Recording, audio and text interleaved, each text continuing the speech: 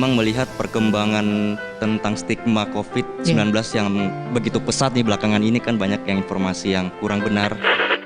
Biasanya ibu-ibu ya kompleks suka ada di grup WhatsApp gitu, dapat terus berdasarkan ini dicek dulu sumbernya ada atau enggak, jelas atau enggak. Itu sih yang bisa masyarakat lakukan. Kalau misalnya enggak, jangan di-share. Itu kita lagi menggaet beberapa influencer, tujuannya untuk membantu kita mengedukasi masyarakat. Jadi dari masyarakat untuk masyarakat. Manusia kuat, itu kita. Jiwa yang kuat, itu kita. Bos Masker, ngobrol sore, masalah sekitar kita. Setiap Senin, Rabu, dan Minggu, pukul 16.15 hingga 17.00 waktu Indonesia Tengah. Kita bersama kembali dalam Ngobrol Sore.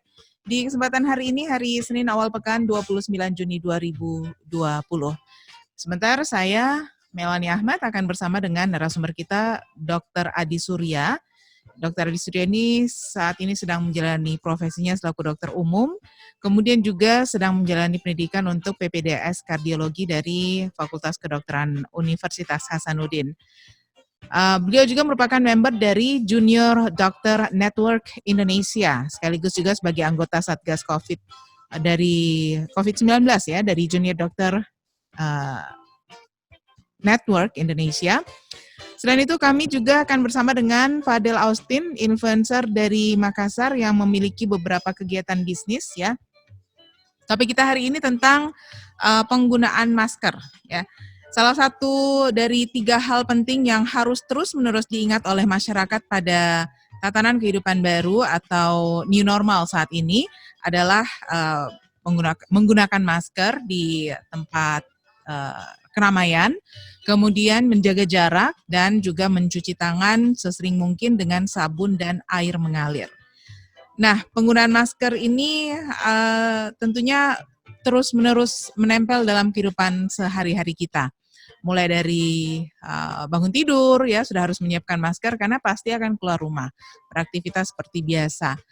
Kemudian aktivitasnya di luar rumah bukan cuma kerja di kantor atau belanja di pasar, ada juga aktivitas lain berupa olahraga ya. Olahraga bareng teman-teman, komunitas olahraga misalnya komunitas bersepeda, komunitas jogging, banyak ya komunitas-komunitas. Jadi sudah terbiasa melakukan segala sesuatunya itu dengan bersama-sama atau beramai-ramai. Nah, saya sudah bersama dengan narasumber kita, ada Dr. Adi Surya, kemudian juga ada Fadel Austin. Selamat sore, teman-teman. Sampai teman deh. Halo, sore. Sore. Oke. Sore. Iya. Ini suaranya mana nih? Belum. Udah keluar ya suaranya ya? Udah. Oke. Udah. Oke, kita di ngobrol sore hari ini, saya panggilnya Austin ini ya, dengan Fadel Austin, Austin. Panggilannya Austin. Kemudian juga ada Dr. Adi Surya, saya panggil dokter aja ya, Dok. Oke, boleh. Oke. Nah, ini kita ngobrol tentang pemakaian masker atau penggunaan masker. Jadi untuk pendengar Pro 1 yang mau gabung, kita tunggu di 0411 3621 853, langsung saja menderingkan telepon kita, langsung saja tanda tanya sama Dr. Adi Surya juga sama Fadel Austin sama Austin ya. Nah, saya ke Dr. Adi dulu. Dok, penggunaan masker itu kan sudah menjadi sebuah kebiasaan saat ini, yang dalam istilahnya kebiasaan baru ya, new normal, kehidupan baru kita. Nah, untuk penggunaan masker sendiri, itu apakah ada hal-hal yang penting untuk diperhatikan, Dok? Soalnya kan kita pakai sehari-hari nih ya, setiap beraktivitas pasti kita pakai. Gimana, Dok? Apa hal penting yang harus diperhatikan nih? Oke, kedengaran nggak? Kedengaran, silakan, Dok. Oke, ya. Jadi untuk penggunaan masker sebenarnya secara anjuran itu sudah keluar resmi dari WHO ya, yang lama ditunggu sekitar 1 bulan yang lalu. Ya. Untuk penggunaan masker bagi orang-orang yang beraktivitas di luar dari zona amannya atau di luar rumah gitu. Jadi untuk orang-orang awam atau orang-orang yang seperti kita ini untuk beraktivitas di luar diwajibkan menggunakan masker minimal berbahan katun atau berbahan kain. Ya. Tapi pada orang-orang yang lebih tua atau rentan terhadap virus corona sendiri atau memiliki kekebalan tubuh yang rendah, itu diwajibkan untuk menggunakan masker bedah karena probabilitas untuk penyaringan bakteri dan virusnya itu hampir sekitar 80% ke atas. Apalagi pencegahan dropletnya hampir 90% ya. Jadi lebih aman atau lebih safety terhadap orang-orang yang rentan. Terkhusus orang yang lebih tua di atas usia 60 tahun ke atas dan untuk orang-orang yang memiliki penyakit komorbid atau penyakit penyerta yang dapat memperberat keadaan jika tertular atau terinfeksi virus COVID-19 sendiri. Yang perlu diperhatikan untuk penggunaan masker sebenarnya yang paling penting adalah higienitas dari masker sendiri. Terus covering mask terhadap wajah sendiri itu yang paling penting. Karena beberapa penggunaan masker di masyarakat dewasa ini saat ini itu kita lihat ada banyak kesalahan yang terlihat ya. Teman-teman menggunakan atau masyarakat menggunakan masker, misalnya maskernya tidak menutupi hidung. Jadi maskernya hanya menutupi mulut. Kalau boleh yang ini, kalau yang ada video, yang nonton video, saya boleh contohkan. Misalnya maskernya hanya seperti ini. Dan ini adalah cara penggunaan masker yang salah. Kenapa? Karena kita tahu bahwa penularan dari virus COVID-19 sendiri itu adalah merupakan mikropartikel atau microdroplet sendiri yang menular atau yang bisa masuk melalui mukosa. Pertama ada 3 port di entry atau 3 jalan masuk utamanya yang adalah mukosa mata, mukosa hidung, dan mulut. Yang dimana mulut dan hidung nanti itu bermuara dari satu saluran lagi ya, yang masuk ke dalam paru-paru dan kerongkongan. Ya, itu kita harus tahu. Jadi ketika salah menggunakan masker, maka probabilitas untuk ada infeksi sendiri terhadap COVID-19 juga akan lebih besar. Tapi meminimalisir kesalahan penggunaan masker sendiri juga dapat meminimalisir angka terinfeksi dari COVID-19 sendiri di masyarakat atau transmisi di masyarakat umum. Apalagi terkhusus kita di Makassar ya, kalau kita bicara Sulawesi Selatan, Makassar sendiri itu masih dalam zona merah dan transmisi lokal itu masih sangat-sangat tinggi sekali. Bahkan angka kejadian kemarin itu masih di atas 100 ya per hari itu. Seperti itu. Yang kedua, tetap selain kebersihan, cara menggunakannya juga cara memasang dan cara melepaskan yang paling penting. Yang pertama, kalau kita menggunakan masker kain, itu minimal normalnya itu tiap hari harus diganti. Bahkan optimal sekali jika setiap 3-4 jam sekali kita ganti ya. Ketika kita aktivitas, tapi ketika itu tidak memungkinkan, minimal 1 hari sekali itu harus dicuci menggunakan sabun atau deterjen. Itu minimal sekali dan setiap hari harus diganti. Bahkan masker yang saya gunakan, misalnya masker medik sendiri pun itu harus diganti setiap 8 jam karena dia memiliki waktu paruh di luar atau eksponen paparan atau filtrasinya itu bertahan hanya sampai 8 jam. Gitu. Tapi tetap menggunakan masker. Yang jelas yang keempat itu cara menggunakannya sendiri. Yang pertama tetap harus dengan mencuci tangan sebelum menggunakan masker karena kita tidak tahu apakah ada bakteri atau kuman sendiri yang menempel di tangan kita. Ketika kita memegang masker secara sembarangan pasti akan nempel di situ. Karena kita tahu bahwa virus corona sendiri dapat hidup di luar dari inang tubuh manusia, dari sel manusia itu bermacam-macam medianya. Di besi bisa bertahan sampai 8 jam, di plastik bisa bertahan sampai 5 hari, di kertas bisa bertahan sampai 3 hari, termasuk di masker bisa bertahan lebih dari 24 jam. Jadi ketika tangan kita yang terpapar, misalnya secara serampang kita menggunakan masker, tangan kita sudah ada virusnya, terus langsung megang gitu aja, ya bisa saja. Probabilitas untuk tertularnya, apalagi port di entry masuk masker ada di hidung dan mulut, itu lebih besar. Seperti itu. Dan cara membukanya juga seperti itu. Ketika kita sudah menggunakan masker, jangan sering memegang masker yang ada di wajah kita. Bahkan don't touch your mask, gitu toh. Karena ini sudah terpapar. Jadi cara melepasnya adalah dengan membuka atau memegang kaitan yang ada di telinga. Kalau dia menggunakan earlobe atau ya jika dia terikat di belakang misalnya orang-orang yang menggunakan jilbab, ya hanya talinya saja. Seperti itu sih. Oke.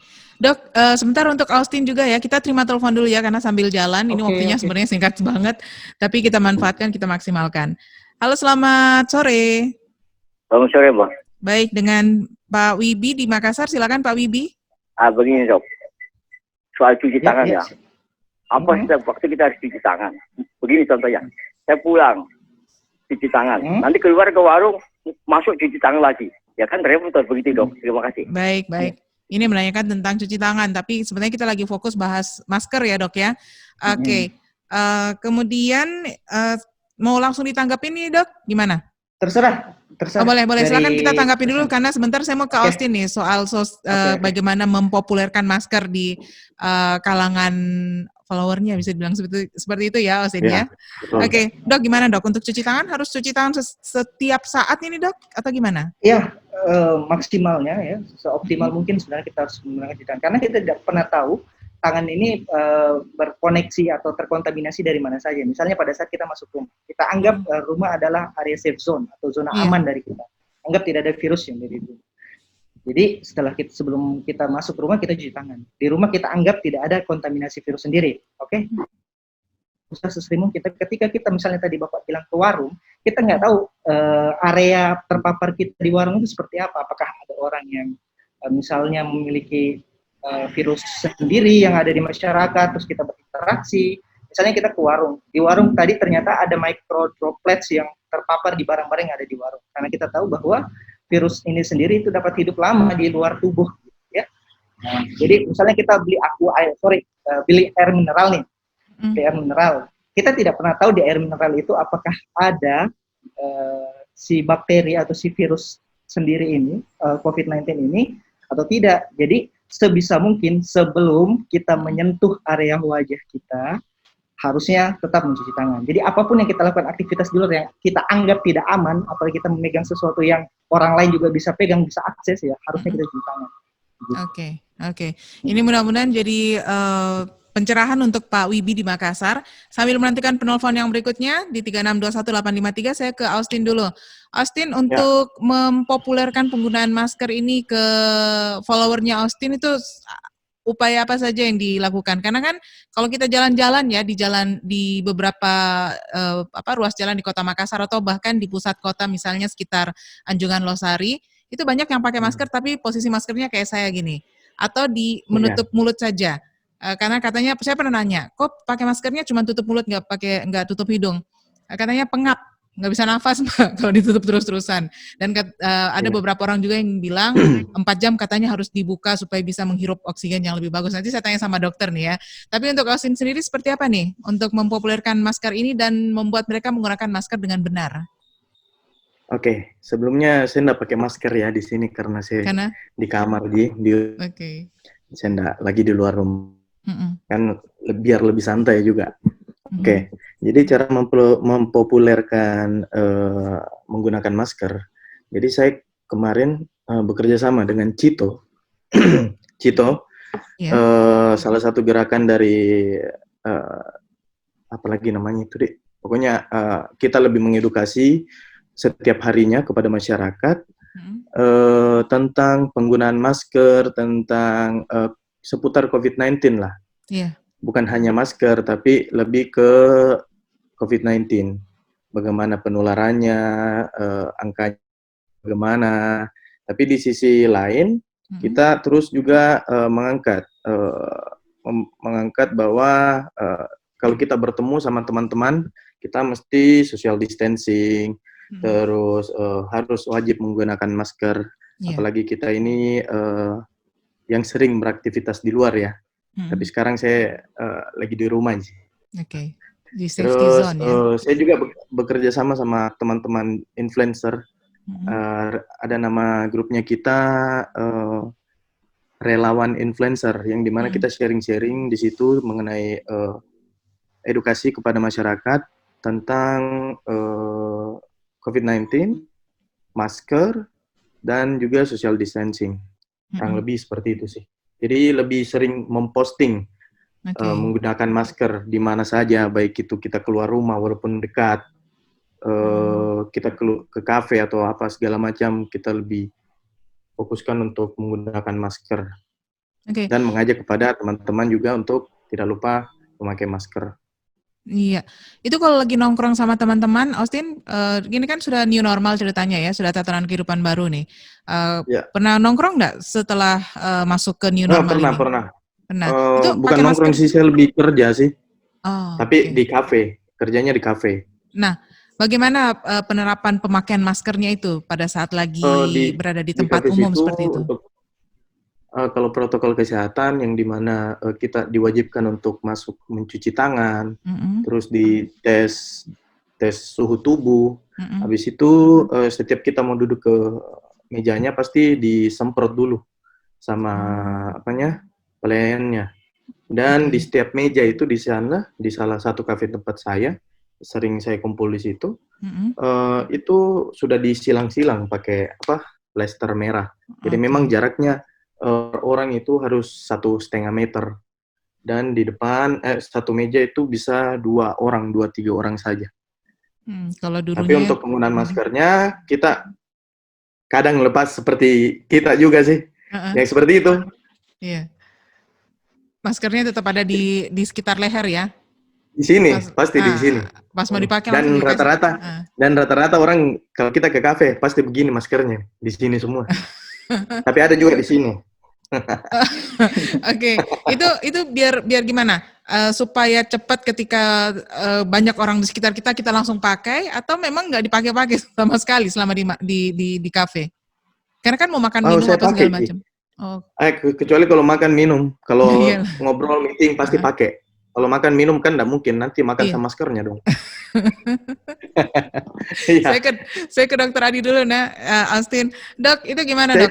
Kalau lagi di kafe, itu kan biasanya posisi kita mungkin tidak bisa terlalu jauh ya, tidak seperti kalau kita lagi di lapangan atau lagi di tempat terbuka gitu ya. Itu gimana? Apakah cukup aman dengan cara-cara seperti tadi nih, Dok? Jadi sebenarnya nih, kalau kita mau ambil prinsip dari penggunaan masker sendiri adalah yang pertama, yang menggunakan masker melindungi untuk tidak menyebarkan droplet kepada orang yang ada di sekitarnya. Yang kedua, droplet dari orang-orang ada di sekitarnya itu tidak menyebar ke kita sebenarnya. Jadi protection. Jadi you protect me, I protect you, seperti itu ya. Jadi itu prinsip awalnya sebenarnya. Makanya kita kenapa harus menggunakan masker.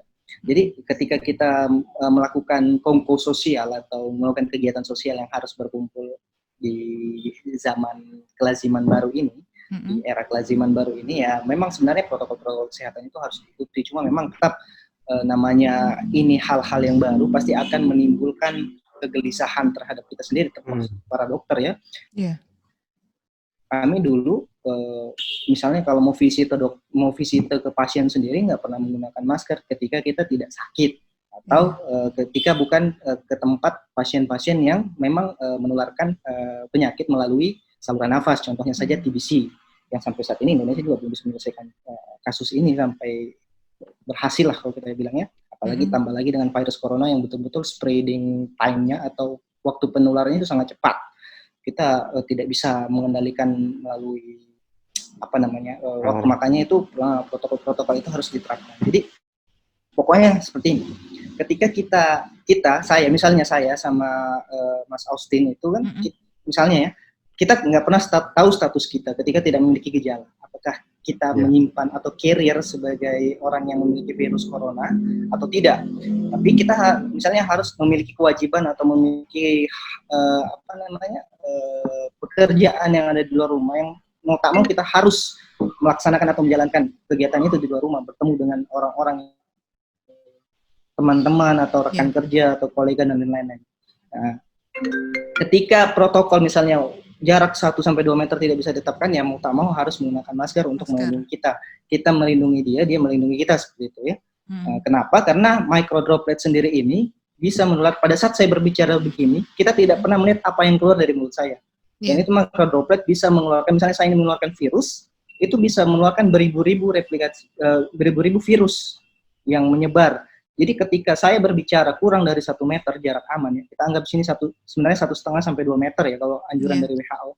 Ya kita anggap 1 meter aja lah. 1 meter dan itu kurang dari 1 meter dan itu kena ketika kita tidak menggunakan masker, maka dia langsung masuk atau masuk ke port di entry-nya. Bisa masuk melalui mata, bisa masuk melalui hidung, dan bisa masuk melalui mulut. Dan bagaimana kalau itu interaksi yang kita lakukan tanpa menggunakan masker, kita ambil contoh hanya 30 menit, dan itu sudah kita bertukar lah ceritanya virus itu.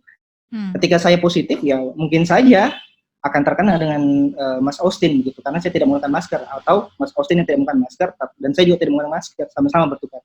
Nah, ketika saya misalnya menggunakan masker, Mas Austin tidak, mungkin saya tertahan oleh masker yang saya gunakan. Jadi probabilitas untuk tertularnya juga lebih kecil, apalagi kalau sama-sama menggunakan masker misalnya. Bahkan bisa sampai di bawah dari 15% angka probabilitas untuk tertularnya seperti itu. Jadi memang sih tidak nyaman. Tetap sebaiknya ketika kita melakukan aktivitas di luar rumah tetap harus menggunakan masker, dan itu adalah aturan yang saklek. Memang tidak nyaman karena kenapa? Fraksi oksigen yang masuk yang normalnya itu kita dapat bisa 90 sampai 100% kita hirup terhalang oleh masker ini. Memang kadang sesak pengap, dan itu juga kita harus akui sebagai dokter dan sebagai tenaga kesehatan pengap, apalagi menggunakan masker yang tertutup ya secara 95% partikular itu seperti N95 itu nggak nyaman sekali. Bahkan banyak teman-teman misalnya karena tidak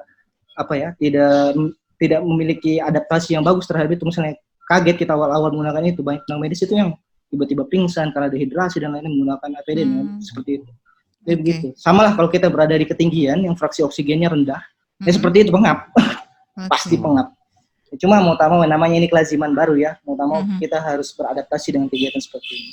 Oke.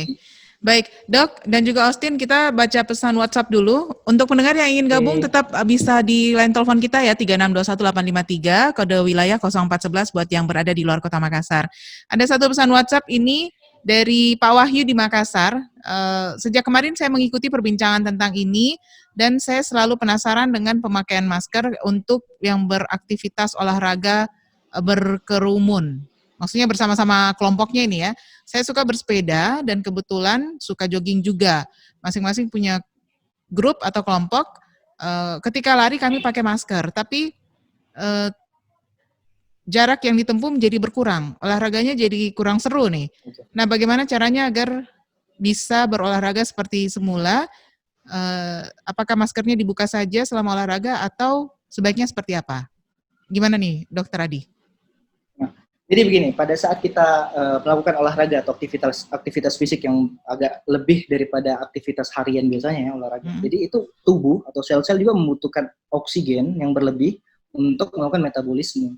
Ketika tidak dapat suplai oksigen yang pas atau yang cukup terhadap sel-sel bermetabolisme secara anaerobik atau ceritanya nggak sehat lah ini karena tidak dapat oksigen gitu ya. Nah, ketika kita aktivitas olahraga pasti effort tubuh untuk mendapatkan oksigen itu sangat besar, tapi kalau terhalang oleh masker itu sangat berbahaya. Kenapa? Karena tadi saya bilang ketika kita menggunakan masker itu fraksi oksigen yang kita dapat dari atmosfer luar itu pasti akan berkurang. Berkurangnya berapa persen tergantung dari orangnya masing-masing. Jadi dan sebaiknya tergantung juga dengan sebaiknya kita tidak menganjurkan untuk olahraga yang memiliki effort yang berlebih untuk menggunakan masker, kecuali kalau dia memiliki aktivitas atau olahraga itu olahraga yang bisa ditoleransi oleh tubuh sendiri. Misalnya kita jogging, jalan nih. Jadi kecepatannya misalnya 15 meter per jam atau pokoknya di bawah itu. Misalnya kita seperti jalan cepat saja, itu bisa saja menggunakan masker. Tapi ketika kita mau mengeluarkan endurance lebih, saya tidak menganjurkan untuk menggunakan masker. Nah, yang menjadi masalah adalah di Indonesia sebenarnya juga beberapa dokter tidak menganjurkan, bukan beberapa dokter, hampir semua mungkin, tapi ini statement pribadi saya juga sebagai seorang dokter, itu tidak menganjurkan olahraga menggunakan masker. Itu tadi, menggunakan masker tadi atau menggunakan penghalang karena fraksi oksigennya akan berkurang. Nah, yang jadi kami menganjurkan silahkan berolahraga, tapi tetap dengan protokol kesehatan. Protokol kesehatan itu apa? Misalnya olahraga sendiri di rumah, satu bisa.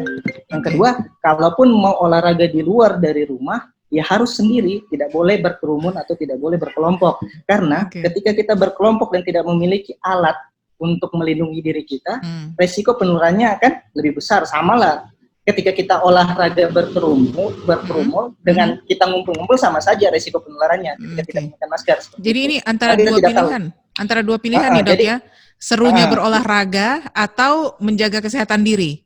Ya, jadi kita kembalikan tujuan kita olahraga itu apa? Karena sampai saat ini olahraganya orang Indonesia adalah olahraga rekreasi yang bukan harus ya. Maksud saya lebih senang bersama-sama. Kita bersama-sama karena semangat lebih ada. Tapi karena di zaman pandemi ini itu menjadi masalah ketika kita tidak menggunakan proteksi diri, alat proteksi diri sendiri.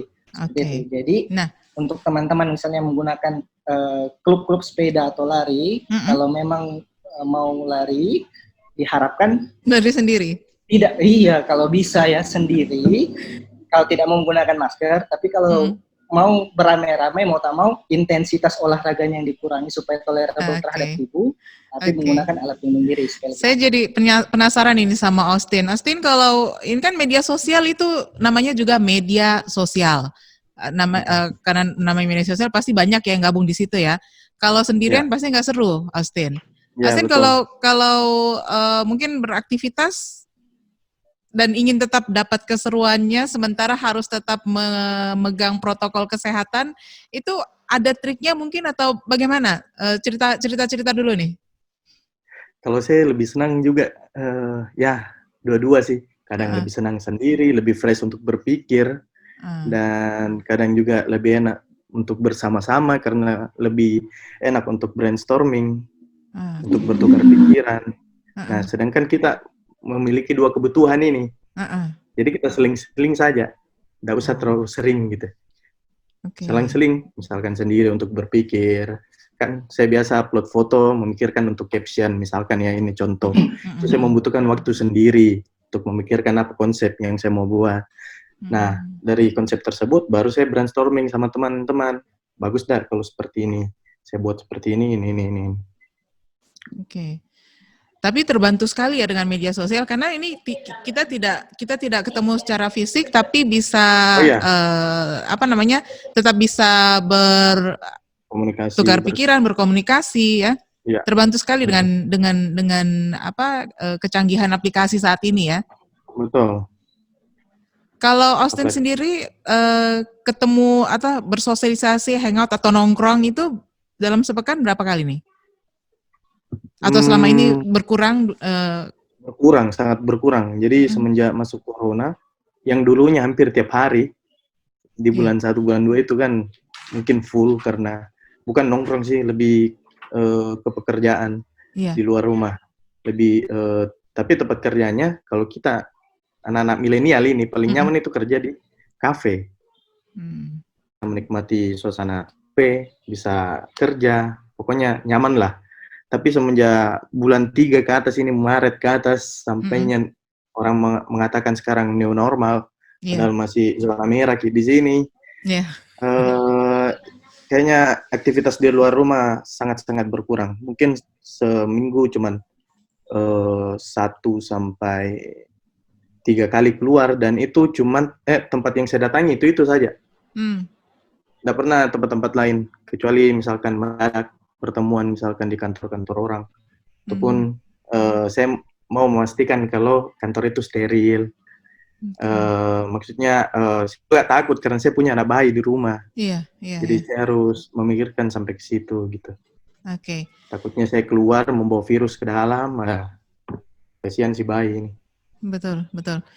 Kita ke pesan WhatsApp lagi, nih ada Ibu Sri di Makassar yang menanyakan tentang kalau memang masker itu harus diganti setiap 4 jam, maka betapa banyaknya sampah masker yang diproduksi selama masa pandemi ini. Nah, apakah masker itu tidak bisa dicuci kemudian dipakai kembali atau memang harus diganti kalau masker yang dibeli masker beli medis. Dosan ya. Masker medis ya namanya ya. Oke. Kalau masker kain mungkin bisa dicuci, tapi kalau masker medis itu gimana, Dok? Nah, jadi begini, untuk masker medis sendiri memang gunanya disposable atau sekali pakai. Disposal. Kemarin 8 sampai dia berbon. Jadi dia bukan saya enggak mainnya hampir sama seperti plastik atau tidak ketika dia sudah di. Ini koneksi kita agak kurang stabil ini ya, jadi suaranya agak terputus-putus.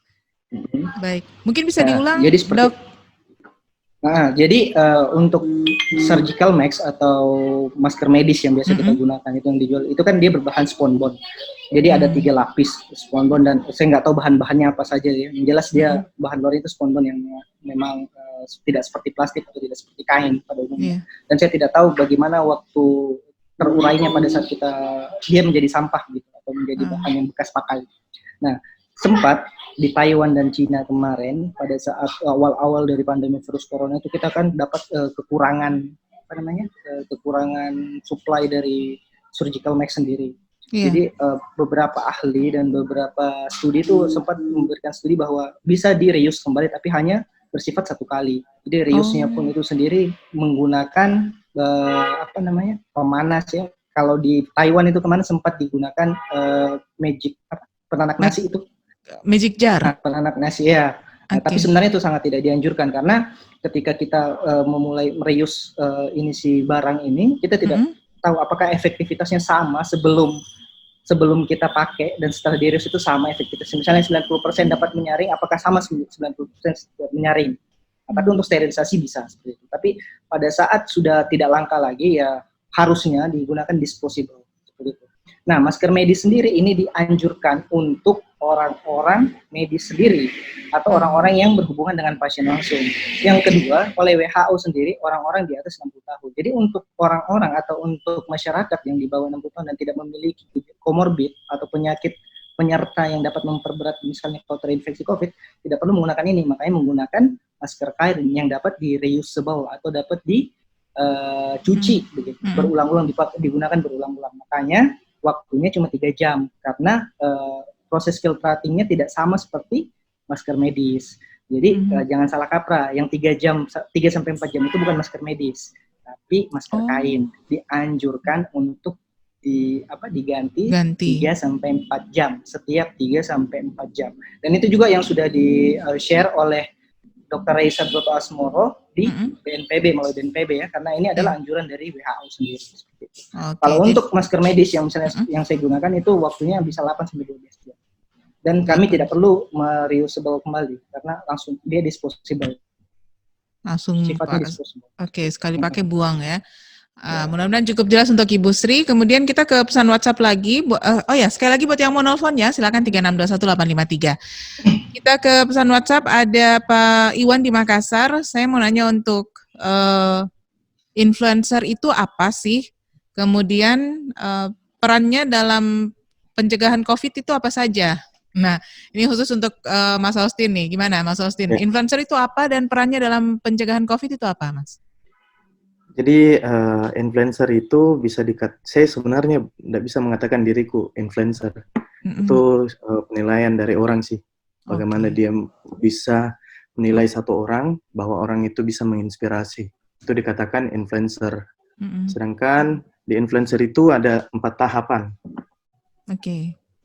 Yang pertama ada buzzer, yang kedua selebgram, yang ketiga influencer, yang keempat KOL. Buzzer ini contohnya kayak akun-akun yang memberi informasi seperti Makassar Info dan lain-lain. Selebgram itu lebih ke orang yang memiliki banyak follower dengan kecantikan. Influencer, orang yang bisa mempengaruhi banyak orang. Orang yang bisa mempengaruhi orang untuk membeli misalkan produk A, produk B, produk C gitu. Kalau yang terakhir itu KOL, Key Opinion Leader. Ini KOL, dia memang yang paling atas nih. Dia bisa mempengaruhi influencer, bisa mempengaruhi selebgram dan buzzer. Itu pemahaman mengenai influencer. Dan apa tadi yang pertanyaan keduanya? Apa saja perannya dalam penanganan pencegahan COVID-19 ini? Jadi seperti yang sebelumnya saya katakan, di mana kita sempat berkumpul bersama teman-teman influencer, selebgram buzzer di Makassar, itu lebih membahas soal kita mengedukasi follower kita tentang penularan COVID-19 di Kota Makassar ini, yang dimana kita melihat bahwa Sultan ini masih zona merah. Jadi dan yang menjadi masalah juga sebelumnya karena ada beberapa kecamatan di Makassar ini yang menolak rapid test. Gitu. Jadi, itu mungkin karena kurangnya pemahaman tentang atau tidak kepercayaannya orang tentang COVID-19 ini. Makanya kita berinisiatif bersama Cito untuk mengedukasi masyarakat tentang COVID-19 lewat akun Instagram kita masing-masing, baik itu di Instagram maupun di feed Instagram. Kurang lebih seperti itu sih, Kak. Oke, kita punya PR ini untuk lanjut lagi nanti di hari Rabu, kayaknya untuk membahas tentang ketakutan masyarakat terhadap rapid test. Karena itu masih sangat booming di masyarakat Iya, kita masih ya. sangat booming. Betul. Nah, untuk sekarang ini kita terbatas oleh waktu ya, kurang lebih 5 menit lagi kita sampai pada pukul 17. Mohon maaf buat yang mendengarkan telepon tadi, penelpon kita yang terakhir belum sempat bergabung. Tapi yang di penghujung kebersamaan ini, Austin maupun Dr. Adi ada yang ingin disampaikan? Silakan. Untuk Mas Austin dulu deh. Mas Austin dulu. Silakan, Mas Austin. Singkat aja kayaknya. Ya. Teman-teman jangan lupa pakai masker, ini demi kebaikan kita bersama. Baik. Benar-benar singkat ya. Dokter Adi gimana, Dok? Ya, sudah terwakili sih sebenarnya. Ya, pokoknya ikuti protap kesehatan yang telah ditetapkan oleh pemerintah dan lembaga organisasi dunia lainnya. Semoga kita dapat lewat secepat mungkin dari pandemi COVID-19, termasuk Makassar. Oke. Baik, terima kasih Dr. Austin. Dr. Austin sampai Austin dan juga Dr. Adi ya. Sukses terus, jaga kesehatan, jangan lupa dan tetap semangat menghadapi COVID-19 ini. Assalamualaikum, selamat sore. Selamat sore. Memang melihat perkembangan tentang stigma COVID-19 yang begitu pesat nih belakangan ini kan banyak yang informasi yang kurang benar. Biasanya ibu-ibu ya kompleks suka ada di grup WhatsApp gitu, dapat terus berdasarkan ini, dicek dulu sumbernya ada atau enggak, jelas atau enggak. Itu sih yang bisa masyarakat lakukan. Kalau misalnya enggak, jangan di-share. Itu kita lagi menggaet beberapa influencer, tujuannya untuk membantu kita mengedukasi masyarakat. Jadi dari masyarakat untuk masyarakat. Manusia kuat, itu kita. Jiwa yang kuat, itu kita. Bos Masker, ngobrol sore, masalah sekitar kita. Setiap Senin, Rabu, dan Minggu, pukul 16.15 hingga 17.00 waktu Indonesia Tengah.